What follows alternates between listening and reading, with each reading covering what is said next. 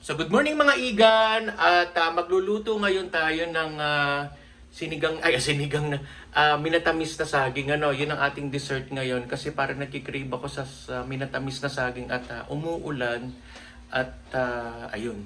So tara, samahan niyo ako. So ito mga igan, pinagsama-sama ko lang yung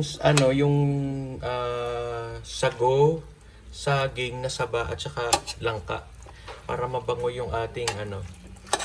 Tapos lalagyan lang natin ng asukal at tubig. Yun lang, pakukuluan lang natin yan.